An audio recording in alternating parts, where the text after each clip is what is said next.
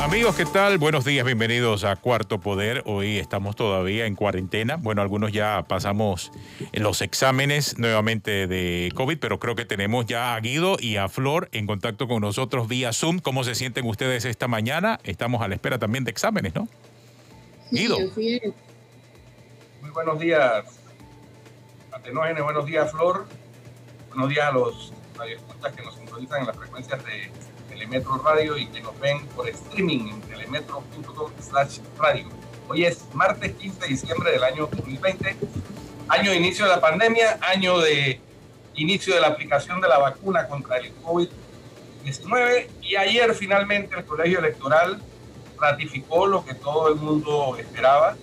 Por primera vez, esas votaciones del Colegio Electoral de los Estados Unidos fueron cubiertas en directo, en vivo, por los canales de las principales cadenas de televisión.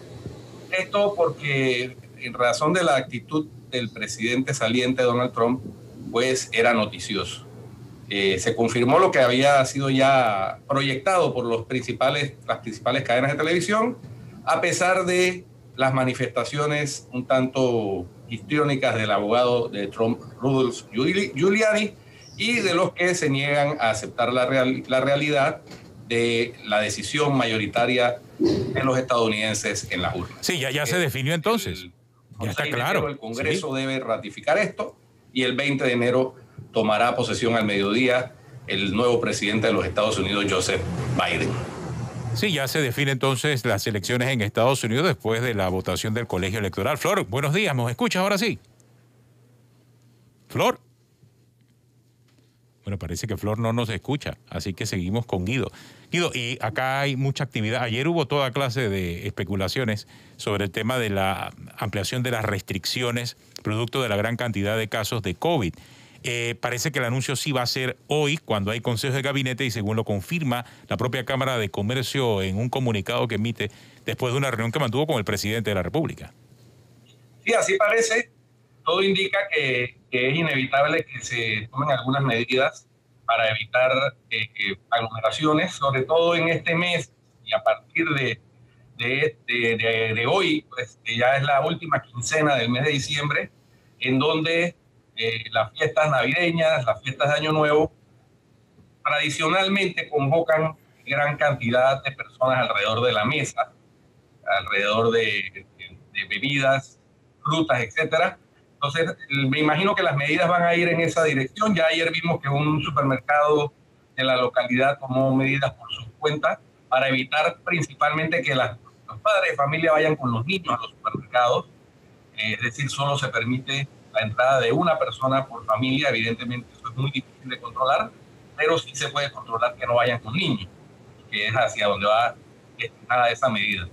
De manera pues que, al igual que en el resto del mundo, me refiero especialmente a países de Europa, mayoritariamente, Panamá va a tener que tomar algunas medidas para controlar el contagio, porque el tema sigue siendo que, a pesar de que hay quienes dicen que estamos con porcentajes menores a los que teníamos en julio, eso es cierto, pero como se están haciendo promedio de entre 14 y 16 mil pruebas diarias, el número de infectados y el número de hospitalizados y el número de unidades de cuidados intensivos está rebosando el sistema. Ya, por ejemplo, la Caja del Seguro Social envió una nota a la Universidad de Panamá solicitándole que le facilite las instalaciones del gimnasio universitario para habilitar esa área como hospital, para habilitarla con camas. El tema también es, Atenógenes y Flor, que las camas no se atienden solas. Las camas para pacientes requieren de un personal médico, y ahí sigue estando el cuello de botella. No se termina de definir si se contratan o no a médicos extranjeros, a auxiliares de enfermería, etcétera, que están en nuestro país, que tienen la idoneidad, aunque no la puedan ejercer por razones de la ley que determina que esas profesiones son solo para ser ejercidas por nacionales, pero en medio de una emergencia sanitaria, bien podría el gobierno incluir dentro de las medidas extraordinarias ese tipo de contratación. Sí, yo creo que ese es el punto, ¿no? Ya Flor, ¿estás ahí? No hace falta, se pueden contratar perfectamente. No es que es algo que no habría que hacer ni una marioneta con la ley. aunque han demostrado que tampoco es que les cuesta mucho hacer las marionetas con la ley, pero han graduado jóvenes antes de tiempo para poder usarlos y tienes expertos, especialistas, incluso pidiendo ser contratados desde marzo. Yo creo que están bastante tarde. El ministro ha anunciado eso por lo menos 4 o 5 veces, la contratación de médicos extranjeros porque el personal está atenuado. Y entonces ahora, después de 10 meses, lo anuncia nuevamente. Si lo hubiera hecho la primera, la segunda, la tercera, la cuarta vez que lo anunció, no estaríamos con el personal fatigado. También hay que ver si hay médicos, o sea, porque acuérdense, puede ser que haya hay la necesidad, pero todos los países están requiriendo médicos. O sea, se trató inclusive de ver la posibilidad de médicos extranjeros localmente y tampoco es que hubo una convocatoria alta o grande de médicos extranjeros que estaban aquí, sobre todo venezolanos, que pudiesen dar el servicio. Así que creo que el proceso es complejo de aquí en adelante, así que se pueden extender la cantidad de camas, pero la limitante quizás está en el personal que se necesita para cada una de esas camas, sin hablar de las unidades de cuidados intensivos, que necesitan mínimo 3, 4 personas por unidad. Sí. Ahora, en medio de esto, la buena noticia también es que ayer inició el proceso de vacunación masiva en Estados Unidos, ya había iniciado en el Reino Unido anteriormente, y bueno, todos en Panamá estamos esperanzados en que a partir de marzo, Dios mediante, llegue la vacuna a Panamá, las vacunas, porque realmente son varias las vacunas de diferentes casas farmacéuticas, y se inicie el proceso de vacunación en Panamá. A Dios gracias, en eso sí tenemos una ventaja comparativa, porque aquí los programas de vacunación, sobre todo contra la influenza, hay experiencia, hay la facilidad logística, hay la experiencia del personal. El Ministerio de Salud ha desplegado todos los años un ejército de personas que se dedican a vacunar masivamente, de manera que esa parte para nosotros no es novedad. Entiendo que se está haciendo lo correspondiente al cuidado y manejo de las temperaturas que requieren las vacunas, unas menos 70 grados, otras menos 20 grados, que son las de manejo más delicado. Ayer vi un video del gobernador del estado de Nueva York explicando el manejo, y ciertamente es un manejo complejo, el de las vacunas de Pfizer y BioNTech, que son las que requieren menos 70 grados de mantenimiento, es decir, bajísimas temperaturas, y se utiliza también en alguna medida hielo seco para mantenerlas en estado óptimo de que funcionen para el propósito para el cual fueron desarrolladas.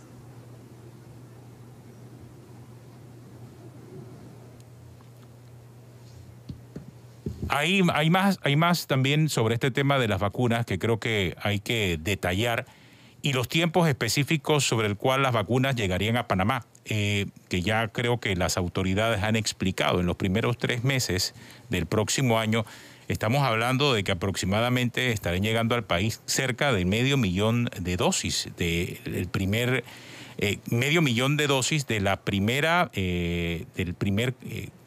compra que hiciese el gobierno para poder comenzar este proceso de vacunación.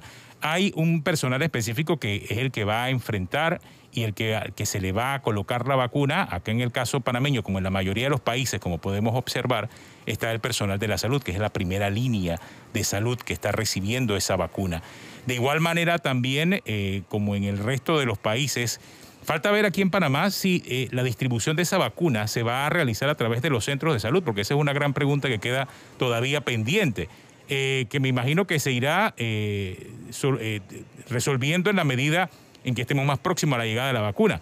Porque veo que en Estados Unidos la distribución de la vacuna también se va a dar dentro de algunos laboratorios privados. En el caso panameño no sabemos si eso va a ser así o se va a hacer a través de los centros de salud, como históricamente en el pasado ha ocurrido con las grandes vacunaciones como la de la influenza, Guido y Flor. Sí, bueno, hay que esperar a ver, pero evidentemente tratándose de un tema de sanitario, de emergencia sanitaria, porque eso es lo que es esto, esta pandemia, debe producirse la vacunación masiva, gratuita inclusive, por cuenta del Estado. Entonces, No dudo que va a haber personas que no están en los grupos prioritarios, van a tratar de hacer lo que sea por vacunarse, incluso algunas tratarán de viajar al extranjero, a países que ya están vacunando. Eso es parte de la naturaleza humana y es entendible. Sin embargo, para el grueso de la población, sin duda, esto tiene que ser manejado con transparencia y con eficiencia. Como dije, gracias a Dios, Panamá tiene experiencia en programas de vacunación. Y ahora falta es el tema del manejo logístico de las vacunas que requieren ese manejo delicado. Así que esa es la luz que hay al final del túnel, ¿no? Y con la esperanza de que una vez vacunado un porcentaje considerable de la población, si la vacuna efectivamente ha demostrado tener efectividad, pues se logrará por vía de la vacuna la anhelada inmunidad de rebaño, evitando así seguir en esta situación que es a todas luces anormal, que nos ha sacado del carril a todo el mundo y que ha impactado de manera muy importante la economía mundial. Panamá no escapa, así que esa es la esperanza que todos tenemos, Atenógenes, de que el 2021 sea el año del inicio de la normalidad y de la recuperación, tanto social como económicamente en nuestros países. Habría que saber además si la tecnología que tenemos en Panamá da para establecer no solamente quiénes se vacunaron, cuándo, dónde, sino los efectos adversos. Por ejemplo, para la hidroxicloroquina, nosotros no tenemos ese registro. ¿A quién le ha funcionado, a quién no le ha funcionado, qué comorbilidades tenía? Entonces yo creo que es importante a la hora de la vacuna, para llevar el control, saber los efectos adversos de las personas que se han vacunado. Eso no tengo idea si la tecnología en Panamá está tan avanzada como para hacer eso, como si lo hacen en otros países. No tengo claro. Pues debería, porque creo que en la medida en que llegue la vacuna, va a necesitarse mucha transparencia hacia quién se le coloca la vacuna. Y esa va a ser la principal exigencia de la gente. No dudo que la gente vaya a exigir eso, sobre todo porque hay mucha inquietud en todos los grupos sociales de este país. No solamente clases altas, clases medias, clases bajas, para saber, porque la vacuna es como la reactivación real de la economía, el poder regresar a esa normalidad que teníamos en enero de este 2020. Yo creo que es importante que se piense en esa transparencia que tú bien planteas, Flor. El otro tema ahí es si...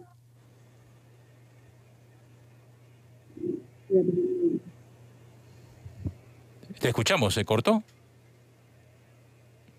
Bueno, parece que se cortó la comunicación ahí con Flor. Parece que tuvimos un problema con el Zoom. Guido, pero hay otro tema también, y es el tema de las restricciones. Creo que todos los sectores ahora mismo lo que están solicitando son restricciones. ¿Por qué? Por el aumento en la cantidad de casos. Ahora, ¿qué tipo de restricciones son las que se necesitan? Es la gran pregunta, y vamos a profundizar en unos minutos sobre ese tema. Sin duda, sin duda.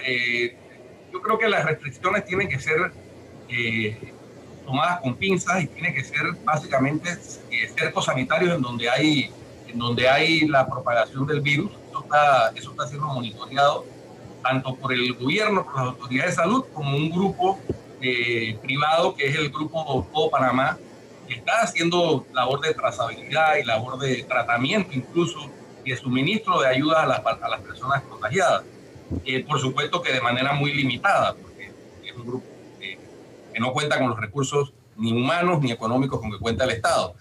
Pero yo pienso que las restricciones deben limitarse a eso.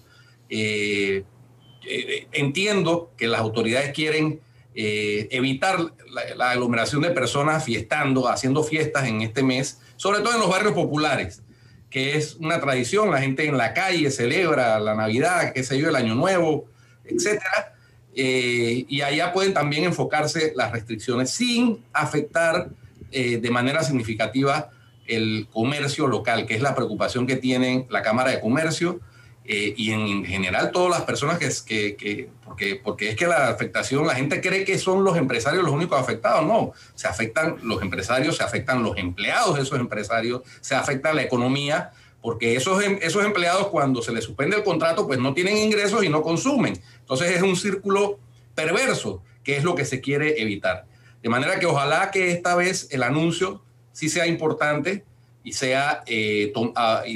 entiendo que se ha consensuado con la Cámara de Comercio, Industria, Agricultores y Agricultura y con el CONEP, de manera que ojalá el anuncio sea puntual y no como andan vaticinando algunos agoreros del desastre en redes sociales, de que va a haber un cierre total y cuarentena total y etcétera, etcétera. Yo creo que eso de ninguna manera primero va a resolver el problema, sino que puede agravarlo, al contrario. Entonces, ojalá que en esta ocasión el gobierno utilice el manual adecuado. Sí, es lo que se espera principalmente. Flor, ahora sí estamos en contacto. ¿Nos escuchas? Sí.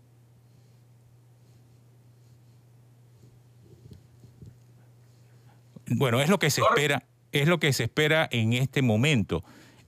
Porque quizás en los cierres pasados o en las cuarentenas pasadas no hubo la posibilidad de poder ver en su justa dimensión las consecuencias. Hoy estamos viendo las consecuencias de quizás no valorar todo dentro de su justa dimensión. Hay un problema sanitario real en este momento. Insisto, las restricciones son necesarias. Bueno, pero ¿qué tipo de restricción se necesita para el momento? ¿Es necesario nuevamente cerrar toda la economía como hicimos hace 4 o 5 meses atrás?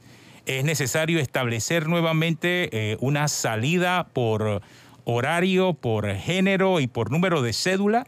Son algunas de las preguntas que tenemos algunas y que según el Ministerio de Salud le dijo a la Cámara de Comercio, esta tarde después del Consejo de Gabinete van a anunciarlas. Por lo menos eso es lo que se espera, Flor. Así es, y ojalá el anuncio se haga de manera seria, responsable. Desafortunadamente la especulación a tenógenes, como sabemos, en estos tiempos de redes sociales causa mucho daño y cuando la gente comienza, ya vimos lo que pasó al inicio de la pandemia, que la gente salió despavorida a abastecerse de papel higiénico y dejó desabastecido el mercado por falta de comunicación efectiva de parte de las autoridades sobre las medidas que se iban a tomar. Entonces, eso se empeora cuando un día antes avisas que al día siguiente vas a anunciar algo. Exacto. ¿Qué necesidad? O sea, ¿qué necesidad de...?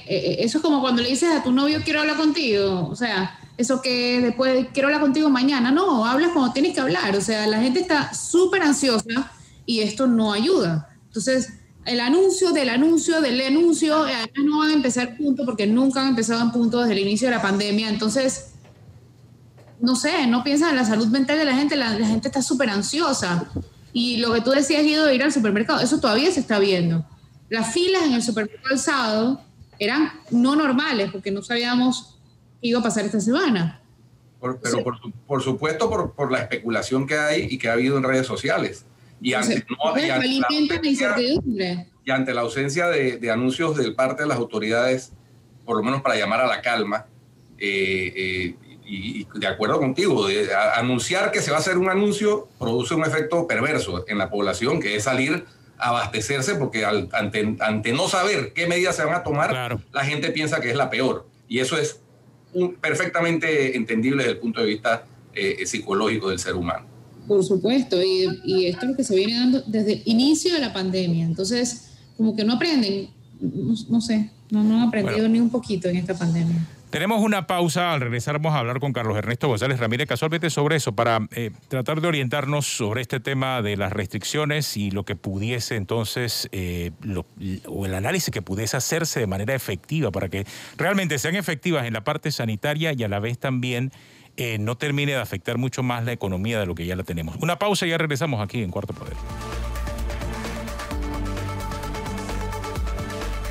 Continuamos aquí en Cuarto Poder, hoy viendo el tema de las posibles restricciones de movilidad, restricciones que se han dado en función del aumento de casos de COVID. Tenemos contacto con Carlos Ernesto González Ramírez. Carlos, buenos días, gracias por aceptar nuestra llamada aquí en Cuarto Poder. Carlos, ¿qué piensas? Buenos días, ahí estaba Flor y yo creo que la crítica es totalmente válida sobre el anuncio del anuncio, que es históricamente lo que ha pasado este año. O sea, viene un anuncio del anuncio y eso lo que trae es mucho más desasosiego entre la comunidad, aumenta los niveles de tensión y se afecta incluso la salud mental de la gente. Ahora, ¿qué tipo de anuncio será? ¿Cómo deben ser las restricciones en esta oportunidad? ¿Deben ser similares a las que tomamos hace 4 semanas? ¿Qué piensas, Carlos? Bueno, es difícil para un ciudadano que no tiene la información en detalle decir cosas lógicas. Es decir, si hay un incremento de los casos y hay una trazabilidad que nos han dicho que la hay, ellos deben de saber a dónde se están dando esos incrementos de los casos. Es decir, se está dando en el transporte público, se está dando en los centros comerciales, se está dando en las casas. ¿A dónde se está dando el incremento de los contagios?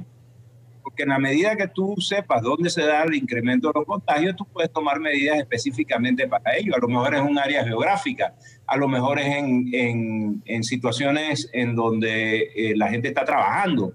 Es decir, la información que nos proveen a nosotros nos pone a todos a especular qué se puede hacer, porque no tenemos información real, datos duros que permitan hacer un análisis claro. Y no sabemos si el gobierno lo está haciendo porque no lo explica. Desde el día 1 de la pandemia nosotros no tenemos la información de cómo se dan los contagios.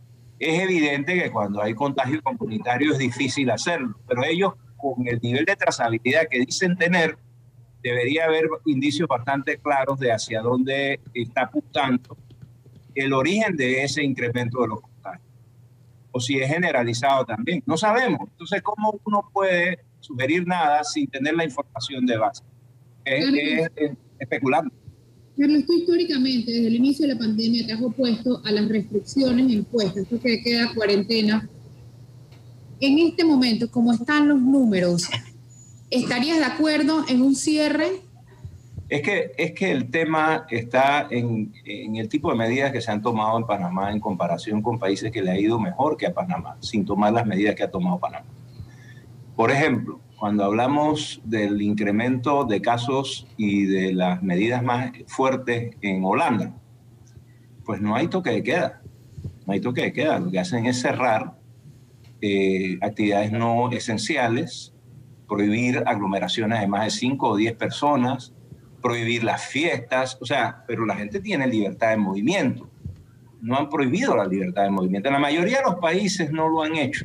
Es acá en América Latina donde han habido estas medidas extremas en Panamá, Perú, Chile, y no nos ha ido muy bien con los resultados. ¿Y qué sugerirías en este momento de la pandemia, hoy, con los números como los tenemos, en 2000 y pico de casos todos los días? ¿Qué sugerirías? Yo creo que el problema más grave, pero vuelvo y repito, estoy especulando porque no tengo las cifras en base a qué se da todo esto, es la aglomeración de gente. Y entonces lo primero que yo haría es evitar la aglomeración. Y es evidente que hay aglomeraciones, sobre todo en el transporte público.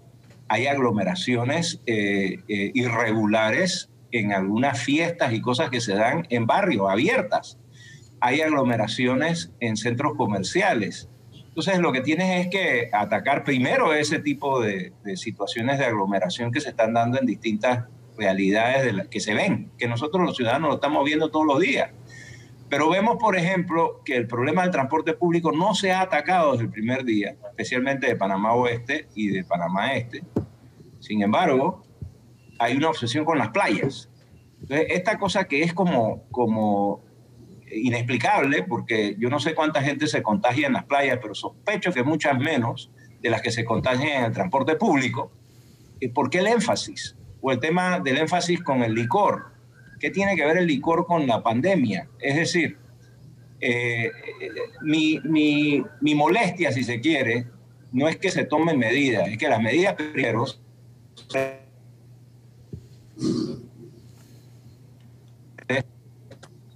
¿Me está?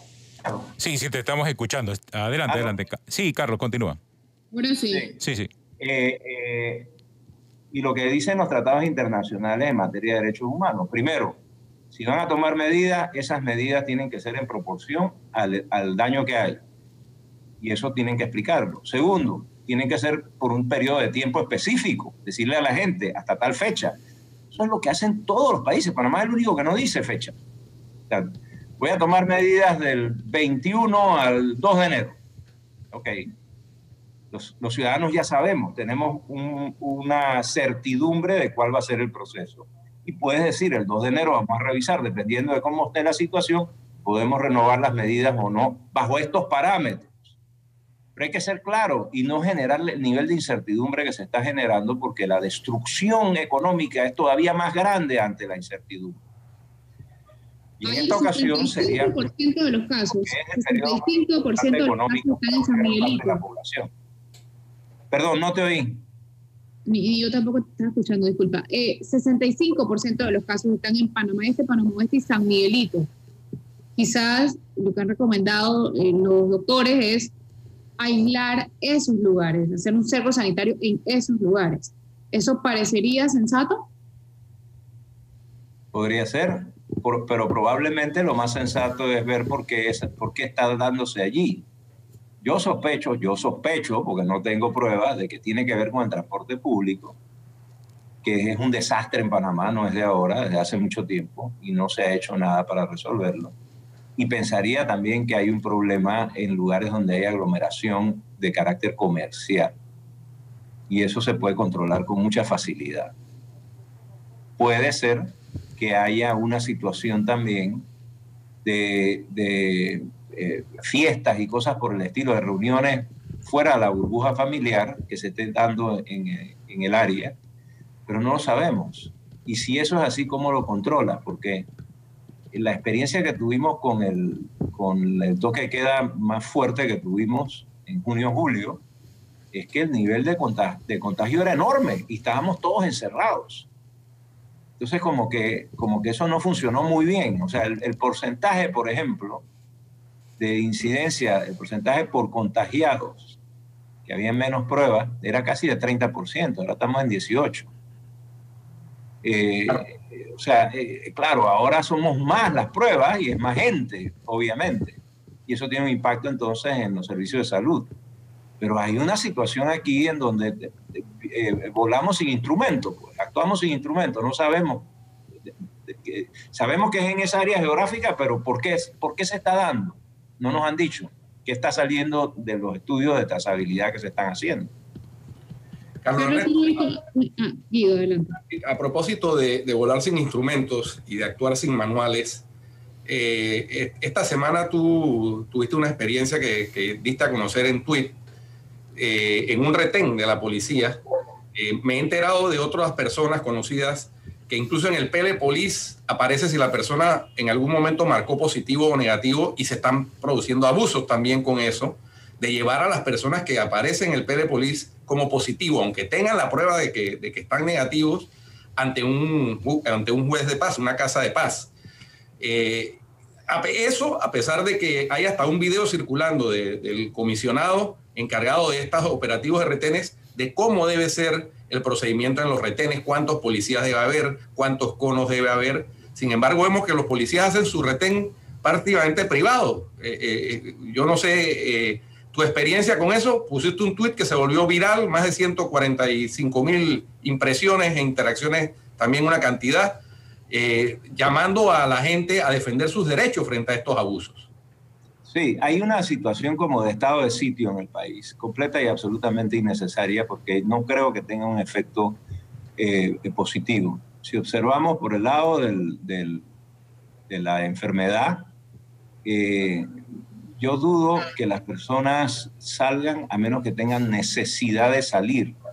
Y ahí hay un problema serio porque el Estado está en mora con apoyar a la gente que queda encerrada. Yo conozco de casos de personas que no tienen quien vaya y les haga una compra. Tienen que salir para poder comer. Entonces hay una situación compleja por ese lado. Por el otro lado, tienes una situación en donde los retenes se han convertido en una forma de actuar de la policía de manera permanente. No es de la pandemia, viene de antes de la pandemia. Es una situación reiterativa y es un estilo de trabajo ineficiente de la policía. Nosotros, los ciudadanos, no debemos ser detenidos en nuestro libre tránsito a menos que haya una causa justa. Así lo que los policías han dicho, Carlos, y te lo dijeron, lo que los policías están diciendo, de hecho me pasó igualito a mí también, y veo que en el video también te pasó a ti. El policía dice, el que no la debe no tiene por qué temerla. Sí, eso demuestra una ignorancia terrible de uno de los principios fundamentales de una república liberal como la nuestra, que es el principio de inocencia. Tú no puedes pretender que todos son culpables hasta que demuestren lo contrario. Y en eso andan. pero es que además es ineficiente. Eso es tirar una atarraya, un tramallo para ver qué cae. Eso demuestra una ineficiencia de la policía en inteligencia policial y en el manejo policial terrible. Es del siglo XIX, no del XX, del XIX. Es decir, aquí la policía pretende hacernos ver a los ciudadanos que mediante estos abusos están haciendo algo, y mientras tanto los muertos y los robos continúan en crecimiento. Con el tuit que yo puse vi algunos que me dicen, sí, y cuando le pasa algo salen corriendo a buscar a la policía. Bueno, a mí me ha pasado. He salido corriendo a buscar a la policía y no ha servido de nada. Es decir, es verdad. ¿Para qué está la policía? Ahora nadie lo entiende. Ahora, Carlos, los resultados son negativos, el costo de la policía es altísimo, altísimo, sigue creciendo el costo, y lo único que vemos los ciudadanos es un abuso permanente contra los ciudadanos, en un estado de sitio que tenemos. Ahora, Carlos, ¿qué pasa? ¿Qué pasa si... Y además, Carlos, tiene un impacto ¿me oyes? en la productividad de la economía, porque la gente llega tarde a los trabajos, les genera toda clase de problemas para poder planear su día, porque andan parando gente en el metro, en la calle, en todos lados, sin ninguna razón lógica. Carlos, pero es que se necesita un protocolo y hay un procedimiento. ¿Me escuchas, Carlos? Parece que no me escucha. Carlos, te decía que hay un procedimiento específico para cumplir por parte de la policía. ¿Qué pasa si no se cumple y el ciudadano no hace caso? O sea, ¿puede la policía detenernos por un incumplimiento de parte de la policía? En mi caso, yo veo solamente un policía en un retén y yo no paro. Yo no sé si se trata de un delincuente. Sí, bueno, es que aparte de que ellos tienen un procedimiento que deberían de cumplir y no cumplen, aparte de eso, debería haber unos parámetros muy claros de cuándo pueden hacer. Es decir, no solo cómo, sino con qué justificación. Lamentablemente aquí han habido algunos fallos de la Corte que prácticamente, vuelvo y repito, los derechos fundamentales de los ciudadanos dependen de la voluntad de un funcionario público. O sea, el funcionario decide hasta dónde llega tu derecho. Eso es absurdo en cualquier democracia. Y es parte de los problemas que genera la falta de credibilidad del sistema que tenemos actualmente. Nosotros, los ciudadanos, tenemos que exigir nuestros derechos, porque si no lo hacemos, nadie lo va a hacer por nosotros. Estamos llegando a ese punto, lamentablemente. Carlos Ernesto, a propósito de derechos fundamentales y de imperio de la ley y de protección a esos derechos, ¿en qué va la demanda que interpusiste en la Corte Suprema de Justicia para garantizar el derecho a la no discriminación de las parejas de preferencia sexual diversa? Orientación. De orientación sexual, sí. Bueno, eso lleva ya, ¿qué? Va para 5 años y no se falla. Y eso es un ejemplo, ¿no? Y yo no tengo mayor expectativa hoy en día ante la demora de un fallo dentro del marco de las obligaciones internacionales en materia de derechos humanos que tiene Panamá. Los panameños tenemos que comprender, y especialmente los abogados que parece que no lo sabemos, que los derechos humanos son consustanciales al ser humano, no están sujetos a la decisión de terceros. Y esos derechos humanos, ese pensamiento de que la persona, todos somos iguales en dignidad y en derechos, es un pensamiento que tiene un origen en gran medida panameño. Fue Ricardo J. Alfaro, fue Panamá, en la persona de Ricardo J. Alfaro, quien empujó la Declaración Universal de los Derechos Humanos en las Naciones Unidas. De hecho, una parte sustancial de la declaración fue propuesta por Panamá. Es decir, no solamente tenemos una obligación internacional, somos en parte los padres de la criatura. Y deberíamos de serlo con mayor razón, porque los panameños hemos vivido dictaduras y sabemos lo que significa que nos conculquen los derechos. Y pareciera que por 30 años de democracia ha hecho que nos olvidemos de eso.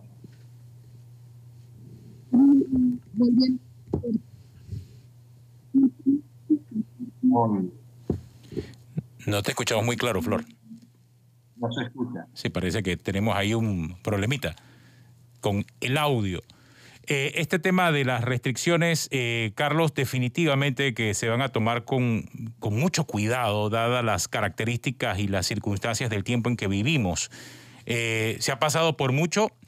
Mira, ni siquiera podemos estar pronosticando cuál va a ser la restricción más saludable, porque como tú muy bien dices, no tenemos el contexto completo. Pero sí hay un elemento clave, y eso lo estamos viendo en función de corregimientos, porque incluso hablar de Panamá Centro, hablar de Panamá Oeste es muy amplio. Hay que ir a los corregimientos que están teniendo los problemas, y que es una lista interesante y que sí maneja el Ministerio de Salud. Por corregimiento pudiese ser mucho más práctico, y así no se castiga a todos los corregimientos en general, porque todos los corregimientos no están en igual situación, ¿no piensas? Sí, yo siento que el presidente de la República está muy consciente del impacto que tendría una medida como la que ya se tomó. Aparte de que ir en contra de la naturaleza humana se puede hacer por un rato, pero no por mucho tiempo. Los seres humanos somos gregarios por naturaleza. Y ese es el problema con esta enfermedad, que pretendemos controlarlas con medidas que van en contra de la naturaleza de los seres humanos. Y habrá que buscar fórmulas más eficientes. Pero lo que sí es que yo creo que el presidente está claro de que una medida extrema en este momento simplemente va a matar la economía y va a tener impactos mayores que la propia enfermedad. Y tengo algo de fe puestas en el presidente en ese sentido. Yo no creo que él vaya a tomar una decisión irresponsable. Y a pesar de que estamos oyendo a los médicos, en particular a los médicos que estuvieron involucrados en la primera vuelta de las medidas extremas que no resultaron, pidiendo nuevamente ese tipo de medidas. Mire, yo vuelvo y repito, especulamos todo porque no nos dan la información. Y de hecho no sabemos si la tienen. No sabemos.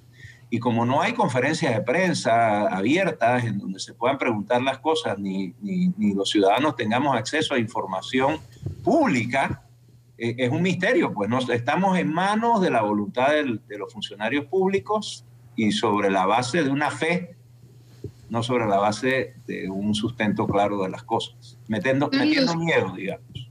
Quisiera volver al tema de la Corte y su silencio acerca de los decretos que establecen cuarentena y toque de queda. Bueno, en esos casos, la Corte no ha admitido ninguno de los casos que fueron planteados en mi concepto de manera apropiada y admitió uno que fue planteado de manera inapropiada. Y yo creo que el resultado en ese caso va a estar claro, porque ese obviamente no iba a salir. Es decir, la Corte debió haber dictado desde el primer día los parámetros bajo los cuales se tenía que ajustar el Ejecutivo. Porque la Corte está llamada a proteger los derechos fundamentales de los ciudadanos. Es la única institución que tenemos para eso. Y no lo está haciendo. El silencio es inexplicable. Y en cuanto a la Defensoría del Pueblo, Carlos.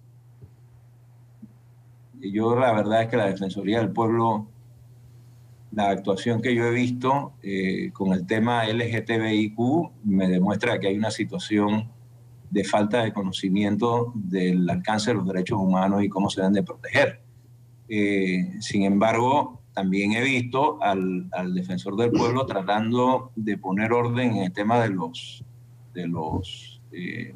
retenes, en particular en el caso del retén de María Chiquita en Colón, pero al final le contestaron una cosa e hicieron otra. La policía hace exactamente lo que quiere y no hay mecanismos de seguimiento ni manera de parar la cosa, porque tal como la Corte ha interpretado la manera que podemos nosotros presentar los amparos para proteger nuestros derechos, se hace infuncional ante violaciones de esta naturaleza. En el tema de derechos humanos de la población LGBTI, el defensor se ofreció a ser mediador. ¿Ese es el papel del defensor, ser mediador? No. El papel de él es defender los derechos humanos. No mediar, sino defenderlos. Ahí no hay nada que mediar. ¿Cómo tú vas a mediar con alguien que quiere entre la víctima y el victimario de los derechos humanos? Eso no tiene sentido. Tú tienes que defender los derechos humanos y defender a la víctima que le están violando los derechos humanos. ¿Cómo que qué vas a mediar? ¿Cuánto puedo violarte los derechos humanos? Eso no tiene sentido alguno. Yo no lo comprendo, sinceramente no lo comprendo, y eso es parte del problema, ¿no? El defensor del pueblo tiene que comprender que él no está allí para otra cosa que no sea defender los derechos fundamentales de los ciudadanos. Para eso es que existe esa institución. Si esa institución no hace eso, ¿para qué la tenemos? Y ese es el problema que tenemos en general con la institucionalidad panameña. Las instituciones no están funcionando para lo que fueron creadas, ninguna. Es terrible. Nosotros necesitamos un cambio fundamental de nuestras instituciones, y la única manera de hacer eso es a través de un cambio constitucional. Y hemos visto que las opciones que nos da la Constitución para ese cambio constitucional, la reforma o la constituyente, la reforma no funcionó. Cayó porque tiene que pasar por una de esas instituciones que es la Asamblea de Diputados, que no funciona en representación del pueblo realmente. Entonces, tenemos que ser los ciudadanos los que busquemos cómo se llama una asamblea constituyente para hacer un cambio fundamental, porque si no, vamos a continuar con todas estas instituciones capturadas por unas mafias que para lo único que están es para su propio servicio. Pero eso del cambio constitucional parece estar un poquito más lejos que el diálogo, que es como la solución que tenemos en el horizonte más cercano. No, yo no he visto diálogo, yo he visto una especie de consulta pública llamada diálogo, porque yo no sé quién está dialogando. O sea, un diálogo presume una conversación, yo no he visto tal conversación. Yo supongo que las propuestas servirán como base para dialogar después, ¿no? Mira, las maneras de resolver los problemas políticos en una república democrática es mediante el voto y mediante la acción política que genera el voto. Esto otro es un cortocircuito del sistema porque las instituciones no funcionan. Yo no tengo ninguna esperanza en que nada de eso vaya a funcionar. Se ha nombrado un consejo consultivo que no sabemos ni quién lo nombró. Son personas muy respetables, pero yo no sé a quién representan ni a quién consultan. Son ellos los que van a servir de filtro para las propuestas que hacen los ciudadanos. ¿Bajo qué legitimidad hacen eso? O sea, para mí todo el proceso es una cosa que no tiene pie ni cabeza. Los diálogos en el pasado han sido entre fuerzas reales de la sociedad, en las cuales se ha buscado lograr un entendimiento con un objetivo. Aquí no hay objetivo. ¿Cuál es el objetivo del supuesto diálogo? Yo no lo he visto. No sé qué es lo que pretenden hacer. Que les manden todas las propuestas que tiene a la ciudadanía para entonces definir el objetivo. Eso, primero, que no es un diálogo. Segundo, que las personas que lo están haciendo, no sé cuál es su legitimidad para hacerla. Y tercero, lo que sea que salga de allí tiene que pasar por la Asamblea. Y volvemos a lo mismo que pasó con la reforma constitucional. Yo no tengo ninguna fe en ese proceso. Bueno, muchas gracias, Carlos, por acompañarnos aquí en Cuarto Poder. Guido también y Flor, bueno, todos en Zoom esta mañana, producto del COVID, así que estamos en cuarentena. Una pausa, ya regresamos aquí en Cuarto Poder.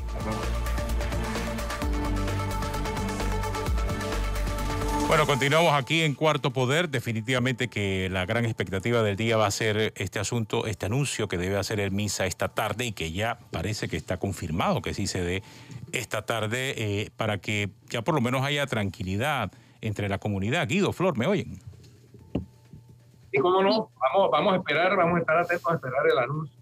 Entre tanto siguen pasando otras cosas, Atenógenes y Flor. El tema de la elección del Comité Olímpico ahí sigue en stand-by. Las fuerzas políticas tradicionales que han hecho del deporte un modus vivendi para ellos, pero una desgracia para los atletas y para el desarrollo del deporte nacional, siguen ahí pretendiendo eternizarse. Ojalá que se respete la voluntad mayoritaria que le dio el triunfo a Damari Chong, una atleta, exatleta, abogada, especialista en materia deportiva, una autoridad en materia deportiva que podría significar un real cambio en el desarrollo del deporte olímpico para mí. Sin embargo, los políticos están con las garras clavadas y no quieren soltar ese puerquito del deporte olímpico panameño. El deporte tiene que tener muchos beneficios para que tantos políticos estén involucrados en eso. Ahí está Luis Garría, ahí está Franz Weber en la nómina contraria. Y por otro lado, el ministro de Salud es el secretario de una federación que tiene como representante en la nómina perdedora a un personaje que el comité independiente, pero vinculante, dijo que no podía competir porque no estaba debidamente inscrito. Él sigue sin explicar qué hace como secretario de esa federación siendo ministro, y segundo, y sobre todo más importante, por qué el MINSA, que no tenía vela en ese entierro, mandó a parar la elección de la semana pasada. A mí me parece que eso es escandaloso. El ministro no ha dado una explicación al respecto. Pero qué tanto interés en el Comité Olímpico, ¿no? Debe haber algo grande en el Comité Olímpico, por lo visto. Que a todo el mundo le importa y le interesa. Influencia. En esas organizaciones deportivas internacionales, que tienen vínculos internacionales, hay viajes. Recordemos que ya para Panamá tuvimos la experiencia del nunca bien recordado Melitón Sánchez.